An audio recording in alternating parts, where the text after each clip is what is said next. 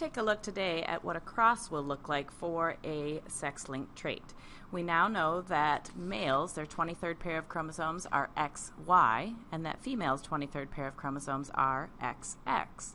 And that Y chromosome for males is not large enough to hold any extra alleles. It only has space to say, be a boy.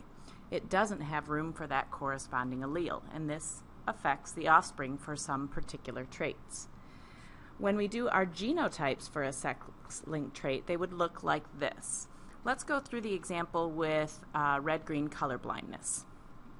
Big B would be not colorblind. It is dominant to not be colorblind. And little b would mean that you have red-green color blindness. Let's look at our genotypes. If we have a female who is not colorblind and is homozygous for the trait, she would be X big B, X big B. If we had a female who is not colorblind and heterozygous for the trait, she would be X big B, X little b. And a colorblind female would be X little b, X little b. Now looking at the males who are XY, that Y does not have space for extra alleles, so we will never have a letter up next to the Y. So if we have a male who is not colorblind, he would be X big B Y.